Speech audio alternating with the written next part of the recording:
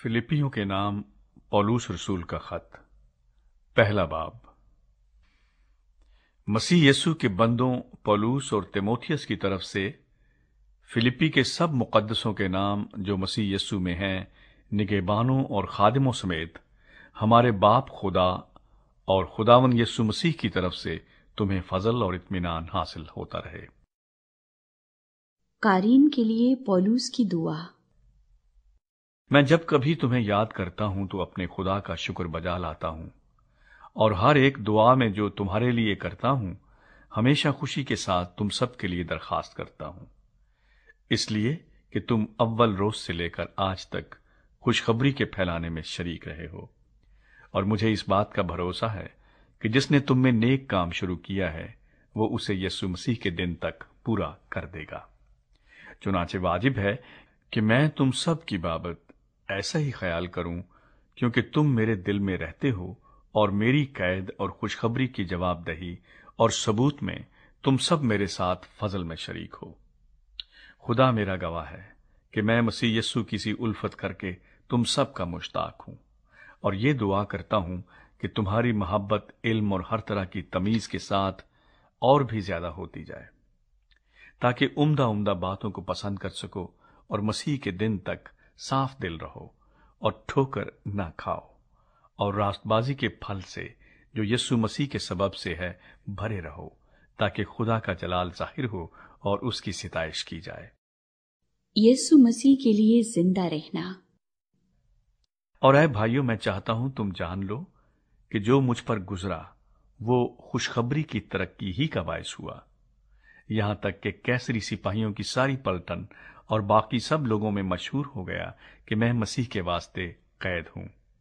और जो खुदावंद में भाई हैं उनमें से अक्सर मेरे कैद होने के सबब से दलेर होकर बेखौफ खुदा का कलाम सुनाने की ज्यादा जरूरत करते हैं।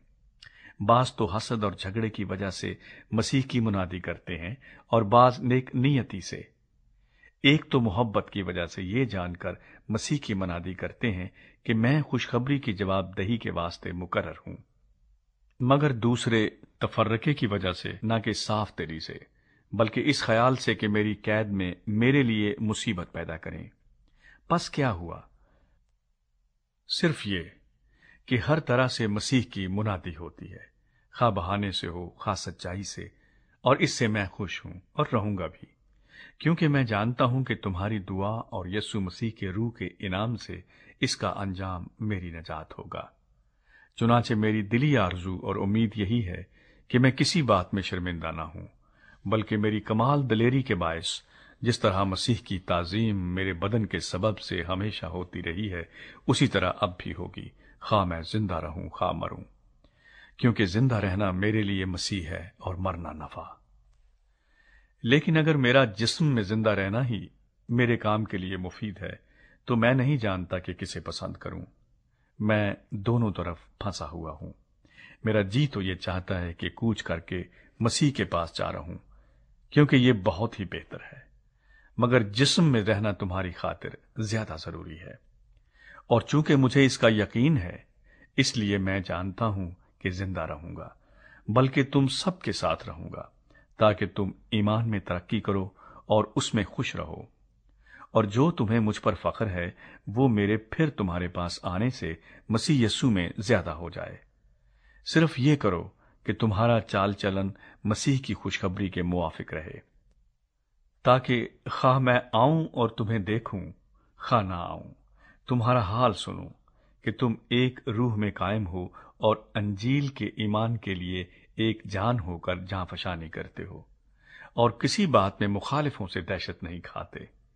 ये उनके लिए हलाकत का साफ निशान है, लेकिन तुम्हारी नजात का, और ये खुदा की तरफ से है, क्योंकि मसीह की खातिर तुम पर यह फजल हुआ कि ना फकत उस पर ईमान लाओ, बल्कि उसकी खातिर दुख भी सहो।